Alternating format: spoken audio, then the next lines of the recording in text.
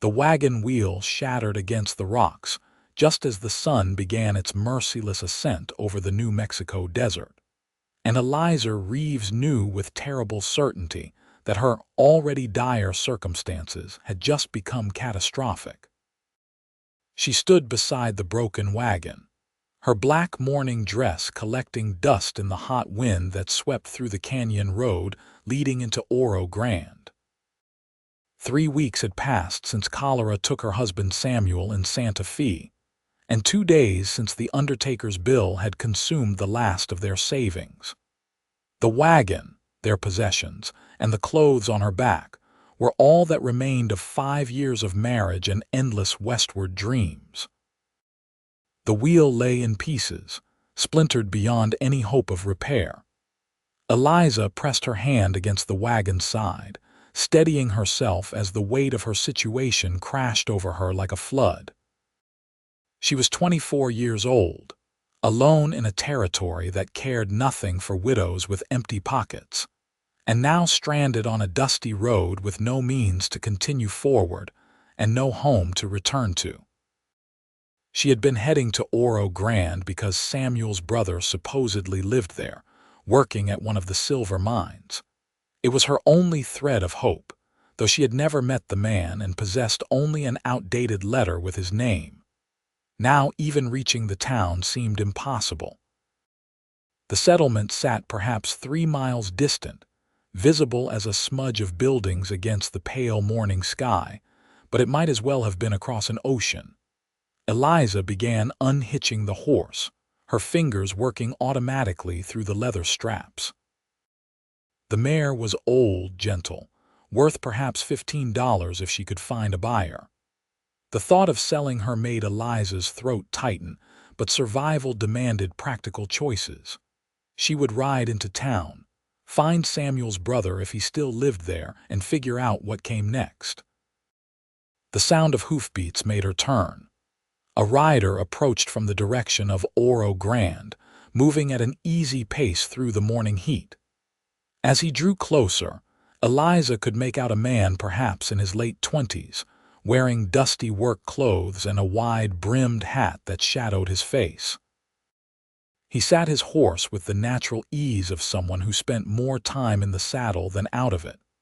The rider slowed as he approached, his eyes taking in the broken wagon and Eliza's black dress. He pulled his horse to a stop a respectful distance away and removed his hat, revealing dark hair and a face weathered by sun and wind. "Morning, madam," he said, his voice carrying the slow drawl of Texas. "Looks like you have had some trouble." Eliza straightened her shoulders, acutely aware of how she must appear, alone, dusty, desperate. "The wheel broke," she said, keeping her voice steady. "I was heading into Oro Grande." The man's eyes were kind, she noticed, brown and serious but kind. "That is a considerable walk in this heat," he said.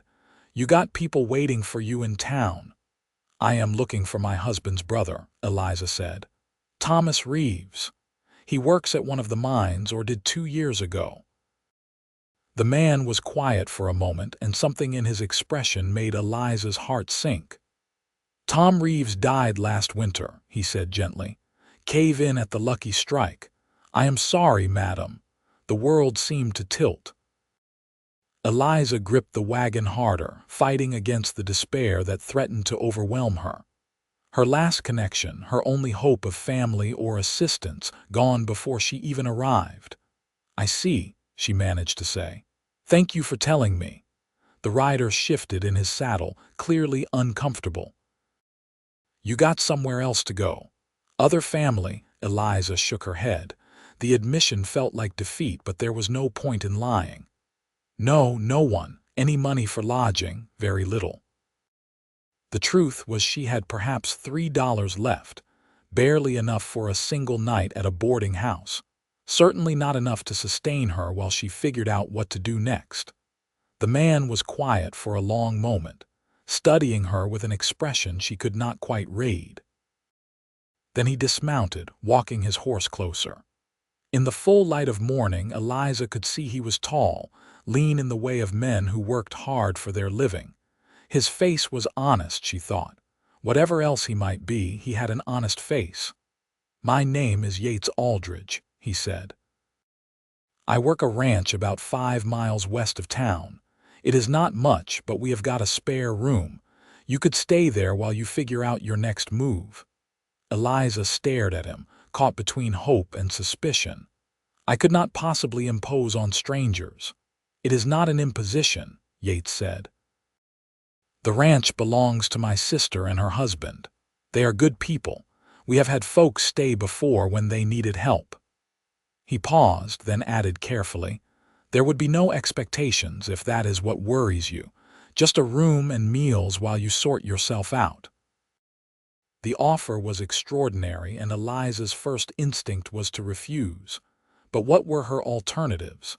She had no money, no prospects, and now no family connection in this strange town. She could perhaps find work, but that would take time, and she needed shelter tonight. "Why would you help me?" she asked. "You do not know anything about me." Yates looked at her steadily. "My sister was in a bad situation once, about 7 years back. Widowed young, no family, no money. Someone helped her when she needed it. I figure it is right to pass that along when I can." There was truth in his voice, and Eliza found herself wanting to believe him. "I would need to work," she said. "I cannot accept charity. If I stayed, I would need to earn my keep." "My sister could use help around the house," Yates said. "She is expecting her 3rd child, due in about 6 weeks. If you are willing to work, there is plenty to do." It was decided then, though Eliza hardly knew how it happened. Yates helped her retrieve what she could carry from the wagon, loading her trunk and bags onto his horse and the mare she had been hitching. They left the broken wagon by the roadside, and Eliza felt a strange sense of finality as they rode away from it.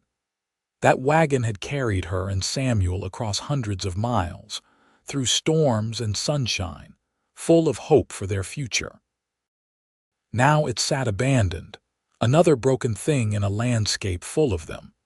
They rode in silence for a while, Eliza on her mare and Yates on his sturdy bay gelding, leading the way across scrubland dotted with sage and juniper.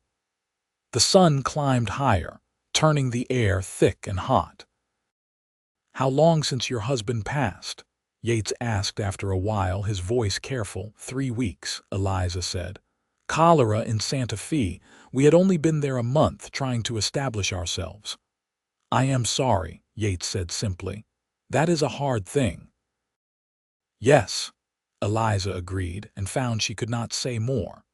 The grief was still too raw, too large to put into words. They rode on, and gradually the silence became less awkward. Yates pointed out landmarks, telling her about the territory in the easy way of someone who knew it well. He had been in New Mexico for 5 years, he said, working cattle and saving money. The ranch was small but profitable, a partnership between him and his brother-in-law. "What brought you west?" Eliza asked. "Same as most folks, I suppose," Yates said. "Looking for something better than what I left behind. My father died when I was 16, left my mother with 6 children and a failing farm in East Texas.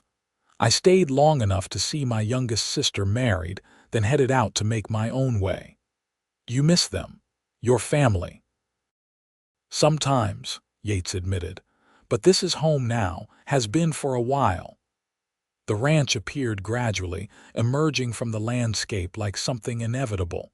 It was modest, as Yates had said.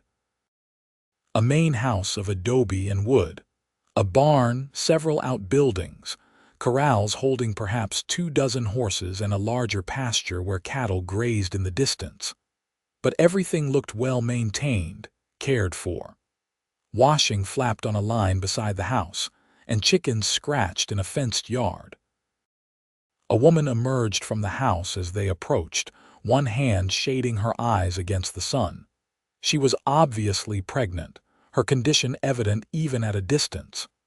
As they drew closer, Eliza could see the family resemblance between her and Yates. They had the same dark hair, the same steady eyes. "Yates," the woman called. "I did not expect you back until evening." "Found someone who needed help," Yates said, dismounting. He offered Eliza his hand to help her down from the mare. "This is Mrs. Eliza Reeves. Her wagon broke down on the road to town. I told her she could stay here while she sorts out her situation." The woman's expression shifted from surprise to understanding, and she moved forward with a welcoming smile.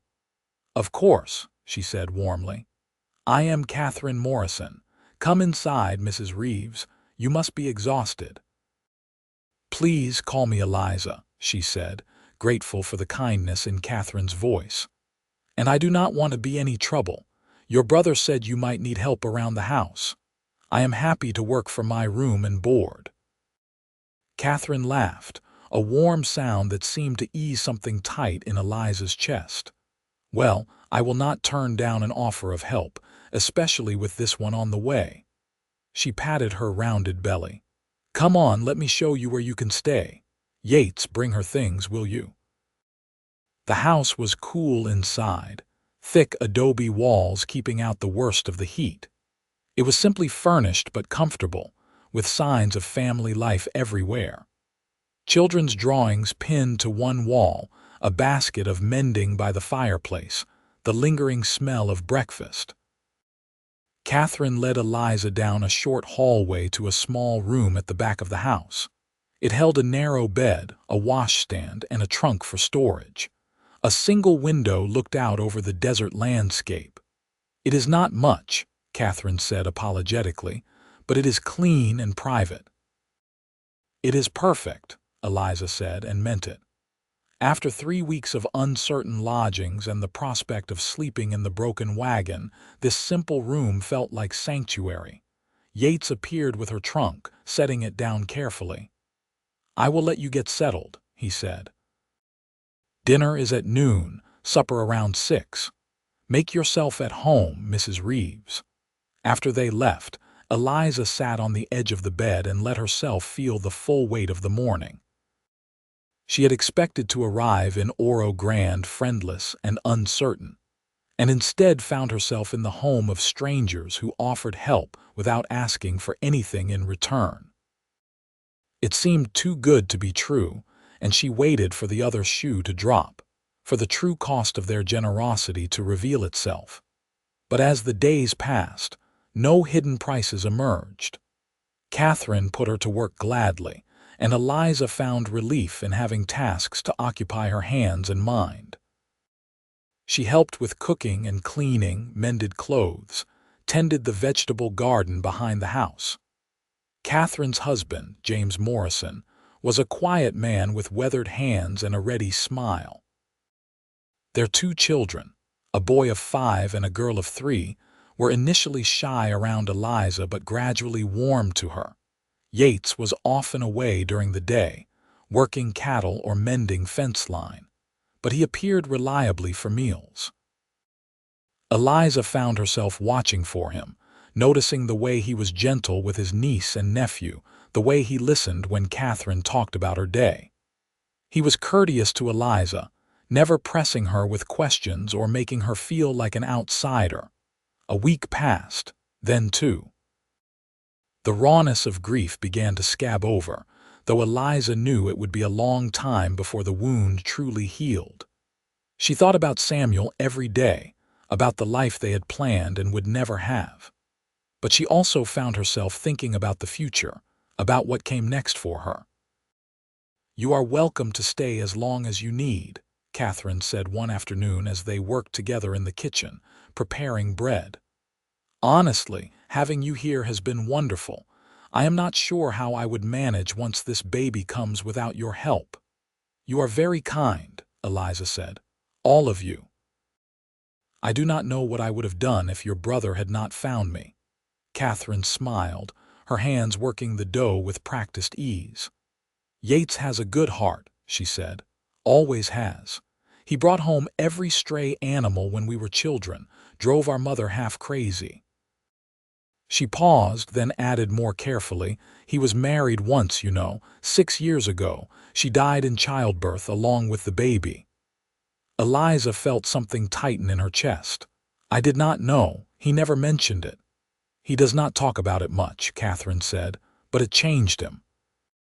Made him quieter, more serious. He was only 22 when it happened, barely more than a boy himself. I think it is part of why he helped you. He understands what it is to lose someone." That evening, Eliza found herself studying Yates across the dinner table with new understanding.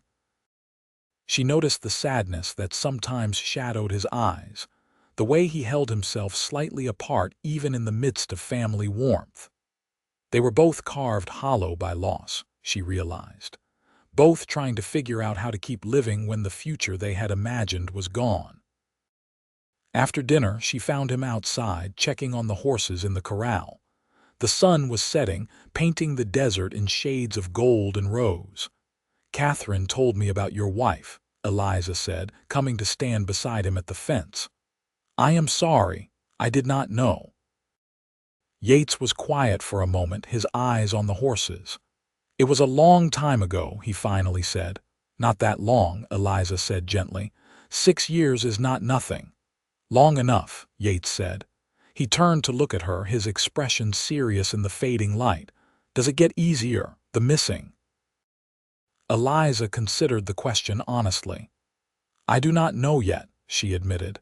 "It has only been a month for me, but I think maybe it does not get easier so much as you get stronger, learn to carry it better." "Maybe," Yates said. He was quiet for another moment, then added, "I am glad you are here, Mrs. Reeves. Glad I found you on that road." "Eliza," she said. "Please just call me Eliza." "Eliza," he repeated, and the way he said her name made something flutter in her chest, unexpected and almost frightening in its intensity. The weeks continued to pass, summer heat giving way gradually to the cooler promise of autumn. Eliza settled into the rhythm of ranch life, finding peace in its predictability. She grew close to Catherine, the two women forming the easy friendship of people who understood each other. She played with the children, teaching them songs and stories. And slowly, carefully, she found herself drawn to Yates. It started with small things. The way he always made sure she had a comfortable seat at the dinner table. The morning he brought her wildflowers he had found while riding fence line, offering them shyly with no explanation. The evening he taught her to ride properly, patient and encouraging as she learned to manage the mare with more confidence. "You are a natural," he said, riding beside her as they moved across the open land. "Most city folks never get comfortable in the saddle." "I was not always a city person," Eliza said. "I grew up on a farm in Missouri. We had horses, though nothing like this." She gestured at the vast landscape around them, the endless sky. "You miss it, Missouri?" "Sometimes," Eliza admitted, "but there is nothing to go back to. My parents died when I was 18. That is when I married Samuel. His family took me in, made me one of them, and then they are gone too." She paused, surprised at how easily the words came. She had not talked about this with anyone, not even Catherine. "It feels like everyone I love gets taken away." "I know that feeling," Yates said quietly. They rode in silence for a while, comfortable now with each other in a way that felt natural and right. "Can I tell you something?" Yates said eventually. "Something I have not told anyone else." "Of course." "I did not think I would ever want to care about someone again," he said, keeping his eyes on the horizon.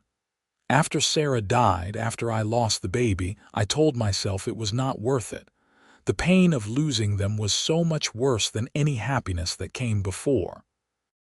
I decided I would just work, help my sister, keep my life small and manageable, feeling nothing seemed safer than risking that kind of hurt again." "What changed?" Eliza asked, though something in her already knew the answer. "You," Yates said simply. He turned to look at her then, his eyes meeting hers with an intensity that made her breath catch. From the moment I saw you by that broken wagon, trying so hard to be brave when your world had fallen apart, something shifted. And the more time I spend with you, the more I realize I do not want to keep living half a life anymore. Eliza's heart was racing. She should say something, should respond, but the words tangled in her throat. What he was offering terrified her. The thought of opening herself to love again, of risking the devastating loss, seemed impossible. "I am not asking you for anything," Yates continued. "I know it has only been 2 months since you lost your husband. I know you are still grieving, still figuring out your life. I just needed you to know how I feel. That is all." They rode back to the ranch in silence, but it was not an uncomfortable one. Eliza's mind spun with confusion and possibility. She had loved Samuel, truly loved him, and his death had broken something in her she was not sure could be repaired. But she could not deny the growing feelings she had for Yates. The way her heart lifted when he entered a room, the way she found excuses to be near him. That night, lying in her narrow bed, Eliza let herself examine her feelings honestly. What she felt for Yates was different from what she had felt for Samuel. She had married Samuel when she was young and desperate for stability after her parents' deaths.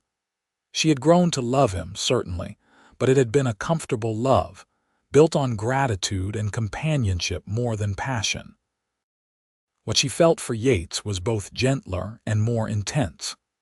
They understood each other in a way she and Samuel never had, bound by the shared experience of loss.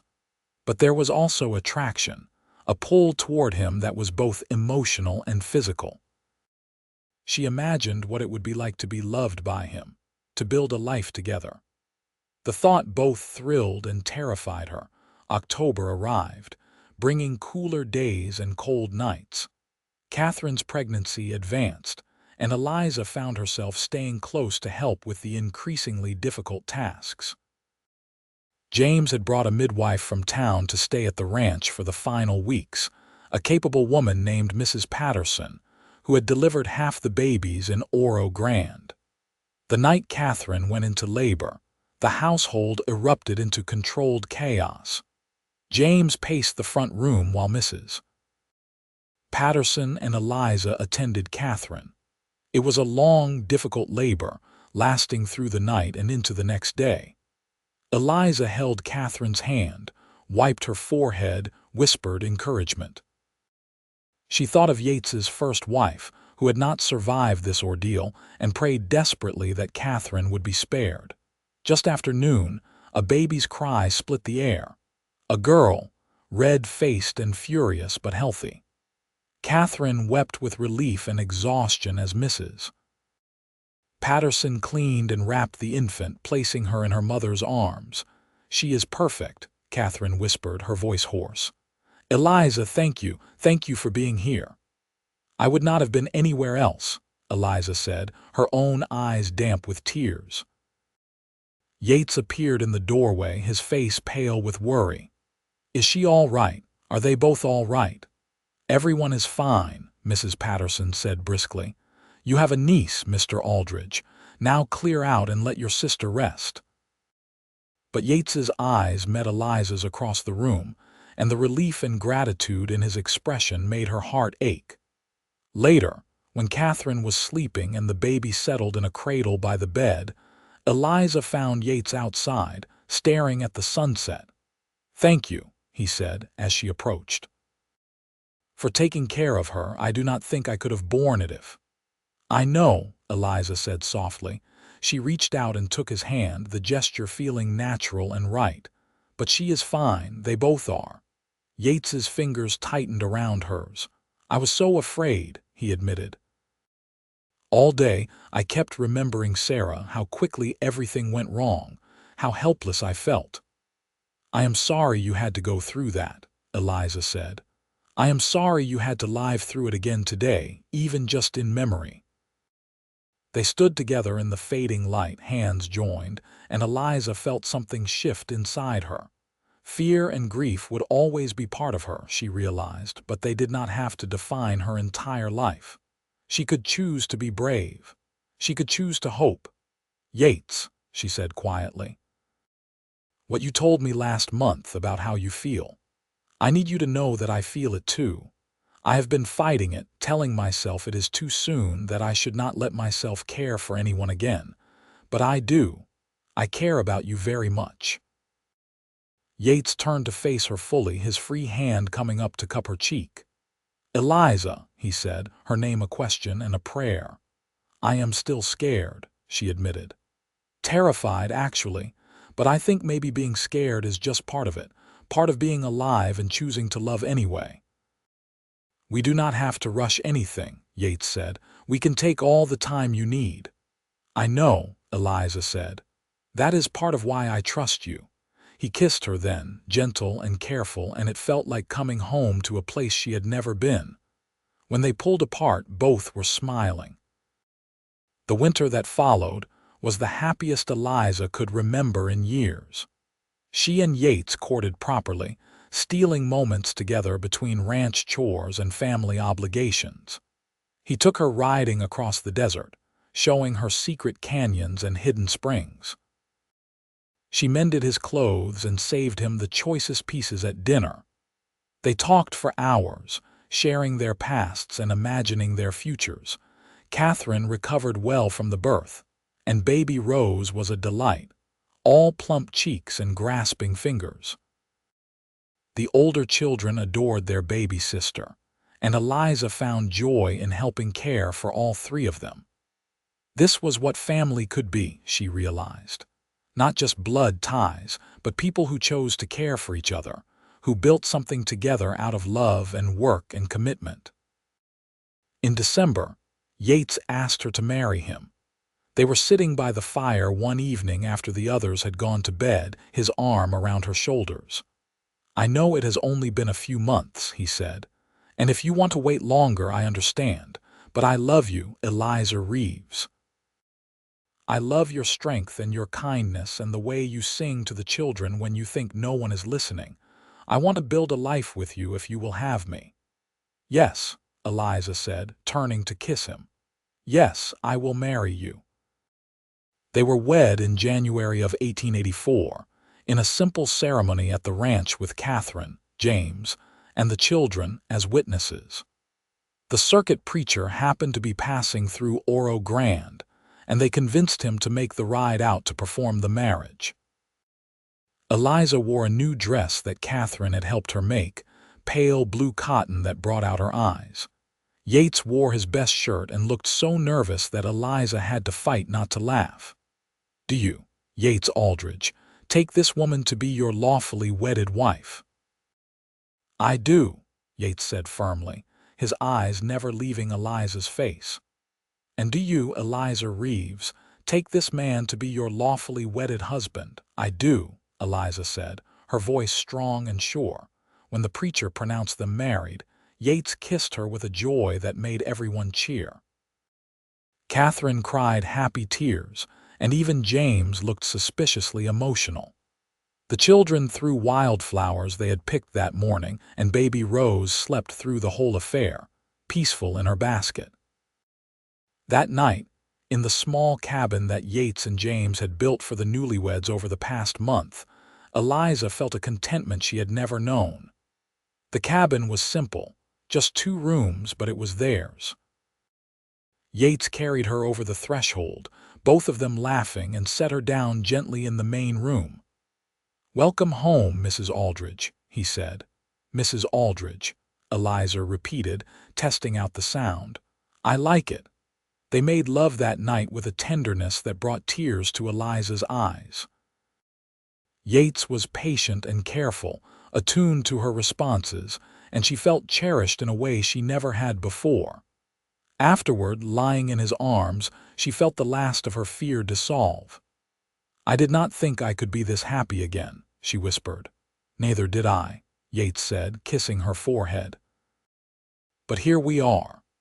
The months that followed brought the steady contentment of married life. Eliza and Yates fell into an easy rhythm, working side by side on the ranch during the day and retiring to their cabin at night. They were building something together, she realized. Not just a marriage, but a true partnership. In March, Eliza discovered she was pregnant. The realization brought a complex mix of emotions. Joy, certainly, but also fear. She knew what childbirth had cost Yates before, knew the terror he must feel at the prospect of going through it again. She told him one evening after supper, unable to keep the news to herself any longer. "Yates, I need to tell you something." His expression shifted to concern. "What is wrong?" "Nothing is wrong," she said quickly. "At least, I hope you will not think so. I am going to have a baby." The color drained from Yates's face. For a moment he just stared at her, and Eliza's heart sank. But then he was moving, crossing the space between them and pulling her into his arms. "A baby," he said, his voice choked. "Eliza, that is wonderful, that is." He pulled back to look at her, and she could see tears in his eyes. "I am terrified," he admitted. "Absolutely terrified, but I am also so happy I can barely breathe." "I am scared too," Eliza confessed. "But we will face it together. And I am strong, Yates, I am healthy. We have Mrs. Patterson and Catherine to help. It will be all right." "It will be all right," Yates repeated, as if trying to convince himself. Then he kissed her, deep and passionate. "Thank you," he said. "Thank you for giving me this." Catherine was delighted when they shared the news, immediately beginning to plan and prepare. "My children's clothes are all saved," she said. "And we will make sure Mrs. Patterson knows to be available in November. Oh, Eliza, I am so happy for you both." The pregnancy progressed smoothly through spring and into summer. Eliza felt well, suffering only mild morning sickness in the early weeks. She continued to help around the ranch, though Yates fussed over her constantly, worried she was doing too much. "Women have been having babies while working for thousands of years," Eliza teased him one day when he tried to prevent her from carrying a basket of vegetables. "I am not made of glass." "I know," Yates said, "but let me worry anyway. It is a husband's prerogative." In July, they took a trip into Oro Grande for supplies. It was Eliza's first time properly visiting the town since her arrival nearly a year ago. The settlement was small but bustling, with a main street lined with shops and businesses. Yates introduced her to the merchants, proud to show off his wife. At the general store, the proprietor congratulated them on the coming baby. "You are Yates Aldridge's wife," he said to Eliza. "He is a good man, Mrs. Aldridge, honest as the day is long. You are lucky to have found him." "I know," Eliza said, smiling at Yates. "I am very lucky." As they loaded their purchases into the wagon, a well-dressed woman approached them. She was perhaps 40, with sharp eyes and an assessing expression. "Mr. Aldridge," she said, "I am glad I ran into you. I heard you and your brother-in-law might be interested in expanding your herd." "Possibly," Yates said carefully. "Who told you that?" "James mentioned it at the Cattlemen's Association meeting last month," the woman said. "My name is Margaret Sinclair. My late husband owned a ranch 20 miles north. I am selling out and moving back east to live with my daughter. I have got about 50 head of quality cattle I need to move quickly. I will give you a fair price if you are interested." Yates and the woman discussed details while Eliza waited. She could see him calculating, considering. When Mrs. Sinclair finally left, he turned to Eliza with barely contained excitement. "That could be the opportunity we have been waiting for," he said. "We have been saving to expand, but good cattle at a fair price are hard to find. If James agrees, we could nearly double our herd." "Then you should talk to him," Eliza encouraged. James was indeed interested, and within a week they had purchased Mrs. Sinclair's cattle. It was a risk, stretching their finances thin, but it would allow the ranch to grow substantially. Yates threw himself into the work with renewed energy, and Eliza felt proud watching him. This was his dream taking shape, his future being built through hard work and careful planning. Summer faded into autumn, and Eliza's pregnancy became impossible to hide. She felt the baby move, strong kicks that delighted Yates whenever he could feel them. They spent evenings discussing names and making plans, imagining what their child would be like. "If it is a boy, I would like to name him Samuel," Eliza said one night. "After my first husband. He deserves to be remembered." Yates was quiet for a moment, then nodded. "I think that is fitting," he said. "And if it is a girl, I always loved the name Grace," Eliza said. "Grace Aldridge," Yates tried out. "I like it." In early November, with winter's first cold settling over the desert, Mrs. Patterson came to stay at the ranch. Eliza's time was drawing near, and everyone wanted to be prepared. Catherine kept close, helping Eliza with final preparations while managing her own 3 children. "Are you frightened?" Catherine asked one afternoon as they folded tiny clothes. "Yes," Eliza admitted, "but also ready. I want to meet this baby. I want to hold him or her and know we are both all right." "You will be," Catherine said firmly. "I have a good feeling about this." Labor began on a cold November night, 2 weeks before Eliza's calculated due date. It started slowly, giving her time to wake Yates and send him for Mrs. Patterson and Catherine. By the time they arrived, the pains were coming stronger and closer together. "How are you doing?" Catherine asked, helping Eliza into the bed while Mrs. Patterson examined her. "It hurts," Eliza said through gritted teeth, "but I am all right." The labor was long and difficult, lasting through the night and into the next morning. Yates stayed with her the entire time, holding her hand, offering water and encouragement. She had worried he would be too frightened by memories of Sarah's death, but instead he was rock steady, his presence giving her strength. "You are doing wonderfully," he kept saying. "You are so strong, Eliza. I am so proud of you." Just after dawn, as pale light began filtering through the window, Mrs. Patterson said, "All right, Mrs. Aldridge, it is time to push." Eliza bore down with all her strength, feeling as though she were being torn apart. But with Catherine and Yates supporting her and Mrs. Patterson coaching her through it, she pushed through the pain and fear. And then, suddenly, there was a baby's cry, loud and indignant. "A boy," Mrs. Patterson announced, quickly cleaning and wrapping the infant. "A healthy baby boy."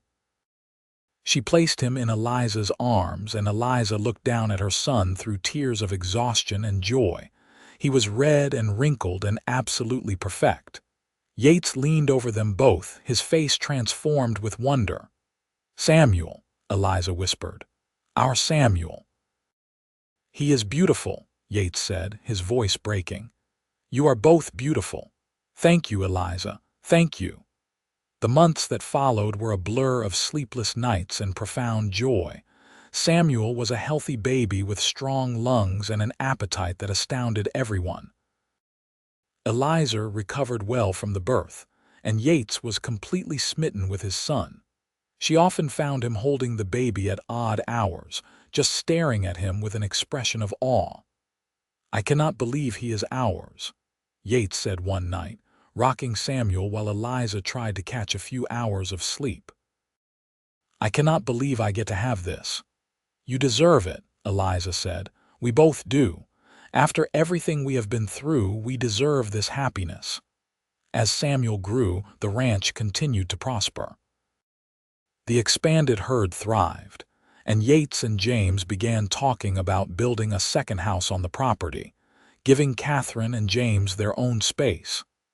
The children all played together, Samuel eventually toddling after his older cousins with determined enthusiasm. On their second wedding anniversary, Yates gave Eliza a locket with a tiny photograph of Samuel inside. "I wanted you to have something to keep him close," he said, "even when he is running wild with the other children." Eliza fastened the locket around her neck, touched by the thoughtfulness. "I love it," she said, "and I love you more than I ever thought possible." "You saved my life," Yates said seriously. "When I found you on that road, I thought I was helping you. But really, you saved me. You gave me a reason to live fully again, to hope and dream and love. I will spend the rest of my life being grateful for that broken wagon wheel." Eliza laughed through sudden tears. "What a strange thing to be grateful for." "Sometimes the best things come from the worst circumstances," Yates said. "You taught me that." In the spring of 1886, Eliza discovered she was pregnant again. This time, the news brought only joy. Samuel was nearly a year and a half old, running around on sturdy legs and getting into everything. A second baby would complete their family perfectly. The pregnancy was easier than the first, and in December, Eliza delivered a healthy daughter. They named her Grace, as they had planned, and Samuel was fascinated by his baby sister. He would sit beside her cradle for long periods, babbling at her and trying to share his toys. "He is going to be a wonderful big brother," Catherine observed, watching Samuel's gentle attention to the baby.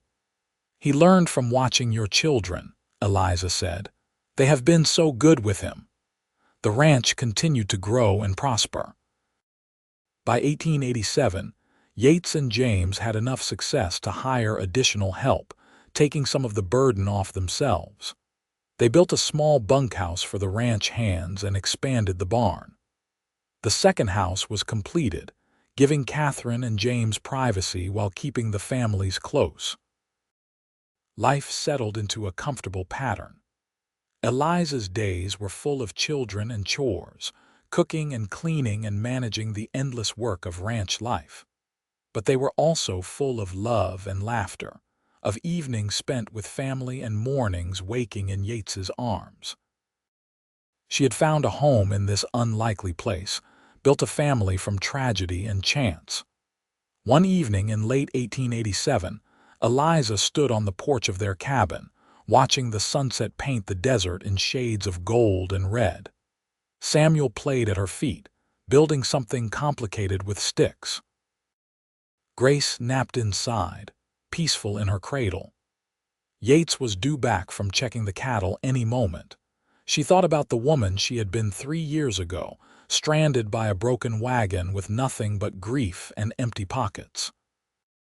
That woman would never have believed she could be this happy, could build such a full and beautiful life from such devastating loss. Hoofbeats announced Yates's return. He dismounted quickly, scooping up Samuel and making him giggle before coming to kiss Eliza. "How was your day?" he asked. "Wonderful," Eliza said simply. "Every day with you is wonderful." Later that night, after the children were asleep, Yates and Eliza lay tangled together in their bed, talking quietly. "Do you ever think about what might have happened if I had not been riding that road the day your wagon broke?" Yates asked. "Sometimes," Eliza admitted, "but I try not to dwell on it. We found each other, that is what matters."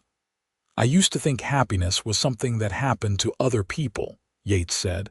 "That I had my chance and lost it, and that was all I deserved. But you taught me that life can surprise you. That loss does not have to be the end of the story." "We taught each other that," Eliza corrected. "We both had to choose to be brave enough to try again." The years continued to pass peacefully. Samuel grew into a sturdy boy with his father's dark hair and serious eyes, but with a streak of mischief that delighted everyone. Grace was gentler, more thoughtful, but with a stubborn determination that reminded Eliza of herself. In 1889, Eliza gave birth to their third child, another boy they named Matthew. With 3 children and a thriving ranch, life was busier than ever, but also richer. The whole extended family continued to live and work together, a small community bound by blood and choice. Catherine and James's children grew as well, and the ranch echoed with the sound of youngsters playing. It was a good life, Eliza reflected often. Not perfect, certainly. There were hard times, dry seasons that worried them all, the constant work of maintaining a ranch in the harsh desert climate. But the difficulties were manageable because they faced them together. On a warm spring evening in 1890, the whole family gathered for dinner at the main house, a weekly tradition they maintained. The table was crowded with adults and children, loud with conversation and laughter. Eliza looked around at all of them, at the life that had grown from that chance meeting on a dusty road, and felt overwhelming gratitude. After dinner, Yates found her standing outside, watching the stars emerge in the darkening sky. "What are you thinking about?" he asked, wrapping his arms around her from behind. "Everything," Eliza said. "How different life is from what I imagined. How grateful I am that wagon wheel broke when and where it did." "You would have found your way," Yates said. "You are strong enough to survive anything." "Maybe," Eliza allowed. "But I am glad I did not have to. I am glad I found you instead." They stood together in comfortable silence, watching the desert landscape fade into darkness. Inside, they could hear the children's voices, Catherine's laugh, James playing his harmonica. This was home, Eliza thought. Not a place so much as these people, these moments. The family they had built together from loss and hope. "You ever regret it?" Yates asked. "Staying here. Sometimes I think about how you might have had an easier life somewhere else, somewhere less harsh." "Never," Eliza said firmly, turning in his arms to look at him. "This is exactly where I am supposed to be. With you, with our children, with this family we have built. I would not trade it for anything." Yates kissed her, and in that kiss was everything they had been through together. The grief and fear, yes, but also the joy and hope and deep, abiding love. The 1890s brought continued prosperity to the ranch. Yates and James expanded their operation, becoming one of the larger cattle operations in the territory. They hired more hands, built more outbuildings, and established a reputation for quality livestock and honest dealing. Samuel showed an early aptitude for ranch work, trailing after his father and uncle from a young age. Grace was more interested in the household, helping her mother and aunt with cooking and gardening. Matthew, the youngest, was still finding his way, but showed signs of being the most adventurous of the three. In 1895, when Samuel was 10, he asked Eliza about his namesake. "Mother, you named me after your first husband, right?" he said one evening as she tucked him into bed. "That is right," Eliza confirmed, touched that he wanted to know. "What was he like?"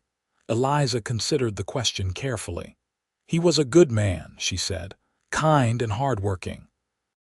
He died too young, before he could see all the things he might have accomplished.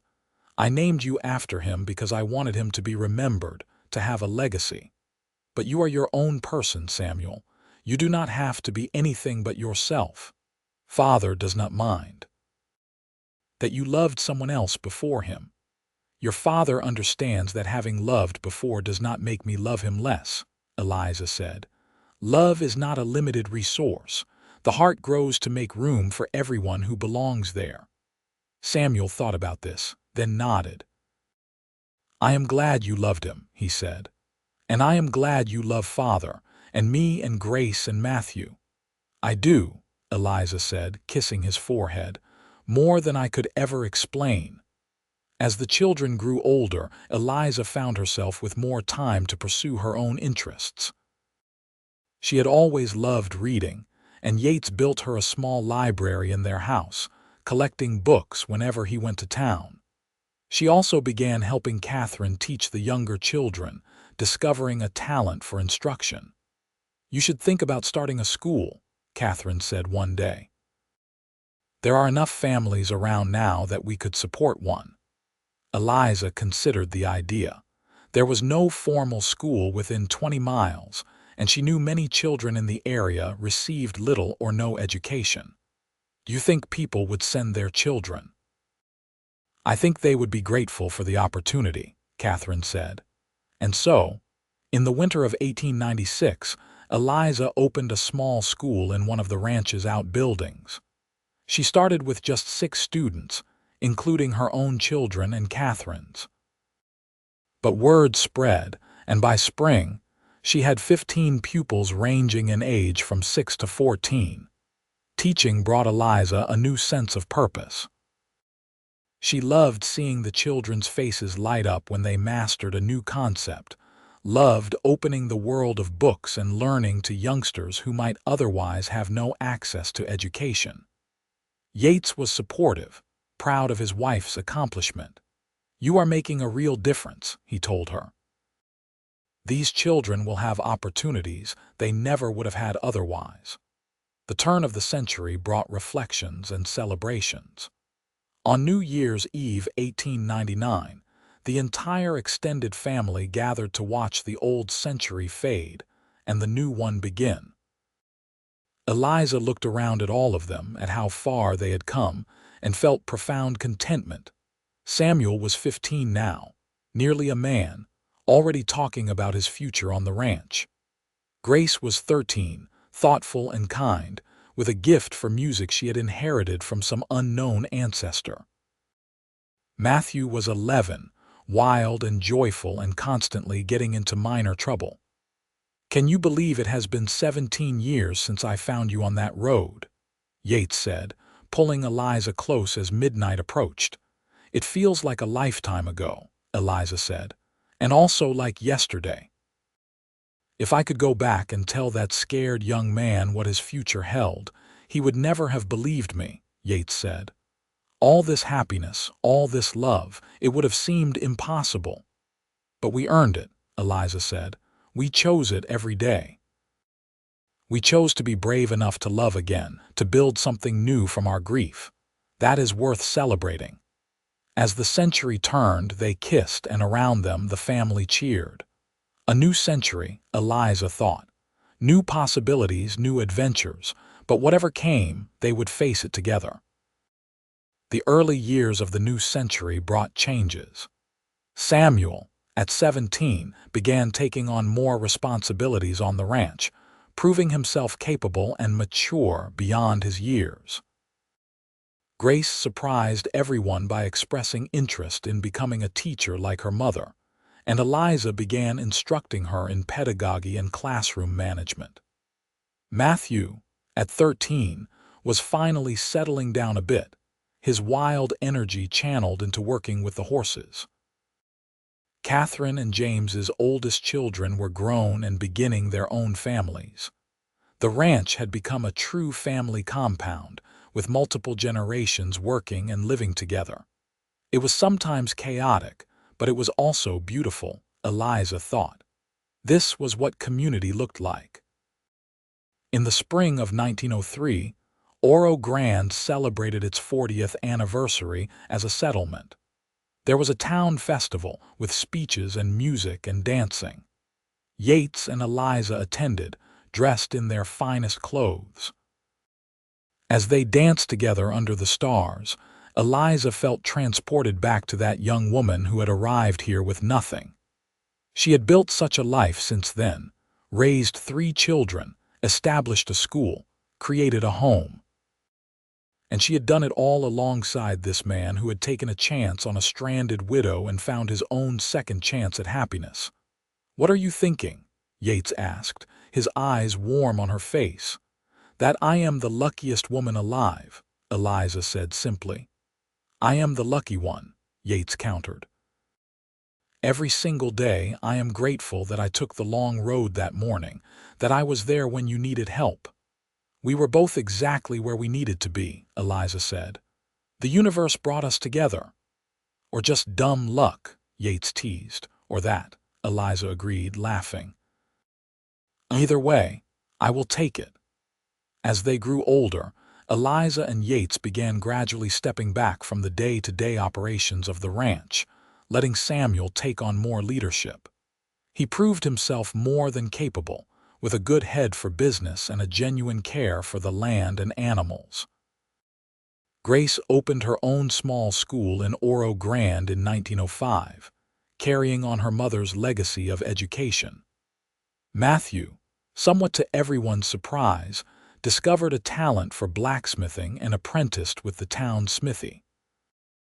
"All our children are finding their own paths," Eliza said one evening as she and Yates sat on their porch watching the sunset. "I am so proud of them." "They learned from the best," Yates said. "You taught them to be brave, to work hard, to care about others." "We taught them that," Eliza corrected.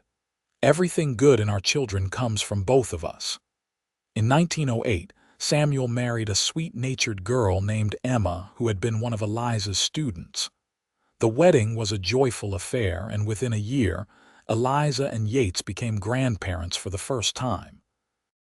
Holding her grandson, Eliza felt the circle completing itself. She had started her life in the West with loss and desperation, and now she was surrounded by family and love. "Thank you," she whispered to the baby, though she meant it for so much more. "Thank you for all of it, the hard times and the good. Thank you for the chance to build this life, to love and be loved, to matter to people and have them matter to her."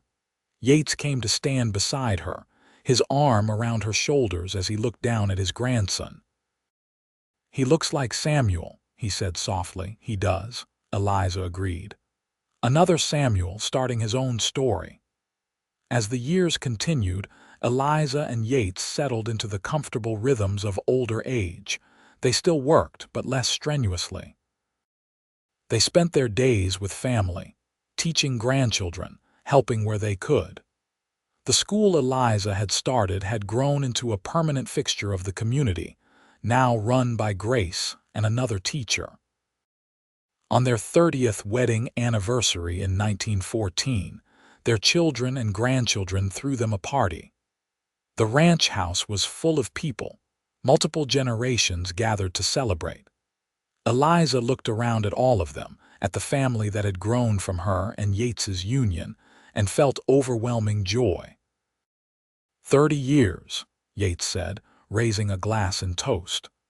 30 years since I convinced this beautiful woman to take a chance on a lonely cowboy. Best decision either of us ever made."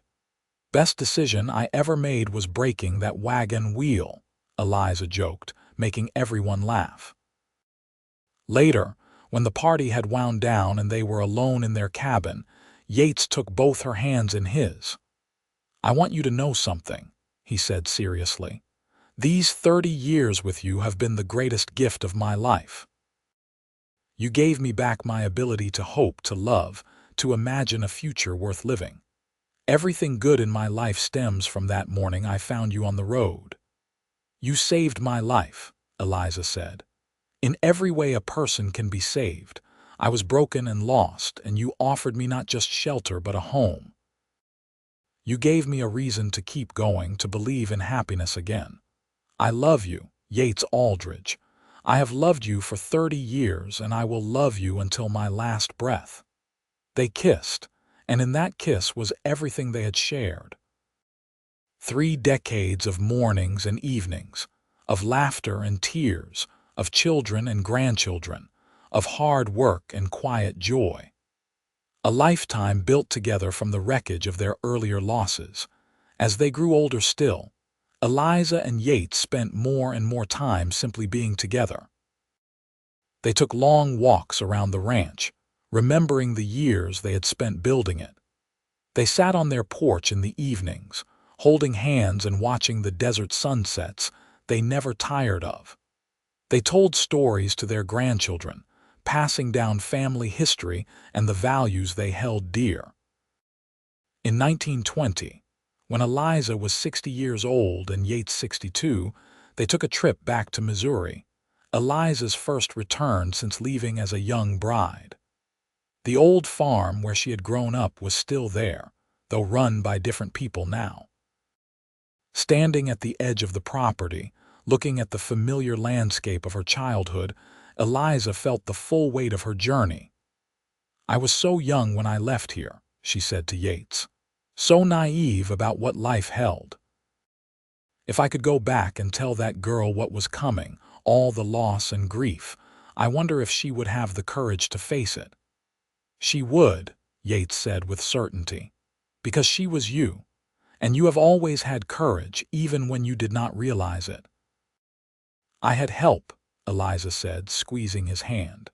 I could not have done any of it alone. They returned to New Mexico, to the ranch that was so fully home now that Eliza could barely remember living anywhere else. The desert had shaped her, she realized. Its harshness and beauty, its endless horizons and star-filled nights. She was as much a part of this landscape as it was a part of her. More grandchildren arrived over the years, and even a few great-grandchildren as Samuel's oldest children began their own families. The ranch passed fully to the younger generation. Though Eliza and Yates still lived in their cabin, still offered advice when asked, still participated in family life. On a cool evening in the autumn of 1925, Eliza and Yates celebrated their 41st wedding anniversary quietly, just the two of them. They sat on their porch as the sun set, wrapped in blankets against the chill, hands clasped between them. 41 years, Eliza mused. That is a lifetime. Best lifetime I could have imagined, Yates said. You remember that day you found me? Eliza asked. Really remember it? Every detail, Yates said. You were standing by that broken wagon in your black dress, looking so lost but trying so hard to be brave. I thought you were the most beautiful thing I had ever seen. I thought you were a stranger offering charity, Eliza admitted. I almost refused. Can you imagine? If I had been too proud to accept your help, you would have found another way, Yates said. But I am eternally grateful you did not have to. They sat in comfortable silence, watching the stars emerge one by one in the darkening sky. Eliza thought about all the nights they had sat just like this, talking or silent, simply being together. 41 years of nights, of mornings, of days. A life fully lived and fully shared. I would do it all again, she said softly. Every moment, every choice, it all led here to this, and this is perfect. It is, Yates agreed. We are blessed, Eliza, more blessed than we probably deserve. I think we earned it, Eliza said. We chose love when it would have been easier to choose fear. We built something good from loss and pain. That is worth something. As the years advanced, their pace slowed further. Eliza no longer taught, though she still read voraciously and helped Grace with curriculum planning. Yates spent his days in a chair on the porch, watching the ranch operate around him, occasionally offering advice to Samuel or the ranch hands. They were content, surrounded by family and the life they had built together. When their bodies ached with the pains of age, they had each other for comfort. When memories grew fuzzy, they had each other to fill in the gaps. They had become, over the decades, two parts of a whole, so intertwined that neither could imagine existence without the other. One quiet morning in the spring of 1928, Eliza woke to find Yates already awake beside her, watching her with tender eyes. "Good morning," she said, smiling at him. "Good morning, my love," he replied. "I was just thinking about how lucky I am, to have had all these years with you, to have built this life together." "We are both lucky," Eliza said, reaching over to touch his face. The skin was weathered now, mapped with wrinkles, but still dear and familiar. "I cannot imagine my life without you in it." "You will never have to," Yates promised. "We will be together until the end, and whatever comes after." They rose slowly, their aged bodies protesting the movement, and began their day. It was much like countless other days they had shared, filled with small tasks and quiet moments. But it was precious for all that, each ordinary moment a gift.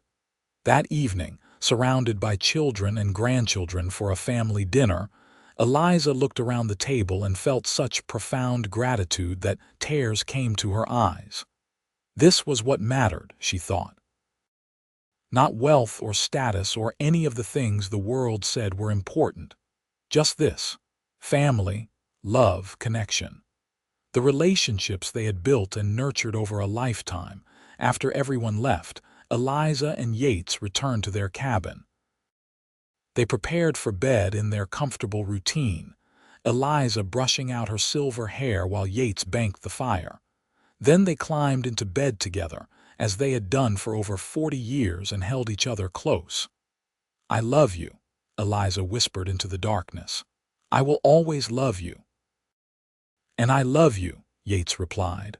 "Always and forever." They drifted off to sleep in each other's arms, and Eliza's last conscious thought was one of complete contentment. Whatever tomorrow brought, they would face it together. They had weathered every storm, celebrated every joy, built a life of meaning and purpose. They had loved fully and been fully loved in return. The years continued to pass gently. Eliza and Yates remained active in family life as much as their aging bodies allowed. They attended grandchildren's weddings, welcomed great-great-grandchildren into the world, and watched the ranch continue to prosper under Samuel's capable leadership. On their 50th wedding anniversary in 1934, the entire extended family gathered for a massive celebration. There were nearly 100 people there, all connected by blood or marriage to the union of Eliza and Yates. Looking at them all, Eliza marveled at how far they had come from that day on the dusty road. During the speeches and toasts, Samuel stood to speak about his parents. "My mother and father taught me everything important about life," he said. "They taught me that love is a choice you make every day, not just once. They taught me that family is built through commitment and care, not just blood. They taught me that loss does not have to define you, that you can rebuild and find joy again. Everything I am, everything we all are, stems from their example." Eliza wept, and Yates held her hand, his own eyes damp. To know that they had mattered, that their lives had made a difference to so many people, was the greatest gift they could have asked for. As they entered their 70s, both Eliza and Yates faced the various ailments of age.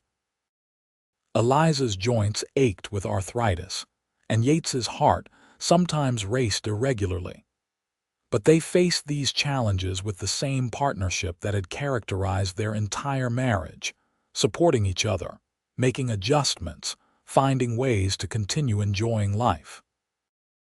They spent their days quietly now, reading together, telling stories, enjoying visits from family. The cabin where they had started their married life together was still their haven, filled with decades of memories and love. One beautiful spring morning in 1936, Eliza woke to birdsong and golden sunlight streaming through the window. Yates was already awake, as he often was, watching her with the same loving expression she had seen countless times over their 52 years together. "Another beautiful day," he said softly. "Every day with you is beautiful," Eliza replied, meaning it with her whole heart. They rose and went about their morning routine, moving slowly but contentedly. After breakfast, they sat on their porch, watching the ranch come alive with activity. Samuel was directing some repairs to the barn roof, his own children helping. Grace arrived with her family for a visit, and soon the yard was full of laughing grandchildren and great-grandchildren. Eliza watched them all with deep satisfaction. This was legacy, she thought. Not wealth or property, though those had their place, but people. Lives touched, love shared, values passed down through generations. She and Yates had created something that would outlive them, that would continue growing and spreading long after they were gone. That evening, as the visitors departed and quiet settled over the ranch once more, Eliza and Yates returned to their cabin. They prepared for bed in their familiar rhythm, comfortable after decades of practice. As they lay together in the darkness, Eliza said, "Do you remember what you told me all those years ago, after Catherine had baby Rose, when you told me you cared for me?" "I remember," Yates said. "I was terrified you would reject me." "You said you had been living half a life since Sarah died," Eliza continued. "That meeting me made you want to live fully again." "It was true," Yates said. "You woke me up, made me believe in happiness again." "You did the same for me," Eliza said. "I was so lost when you found me. Not just practically, but spiritually. I did not know how to keep going after Samuel died, but you showed me it was possible. You showed me that life could still hold joy and purpose." "We saved each other," Yates said simply.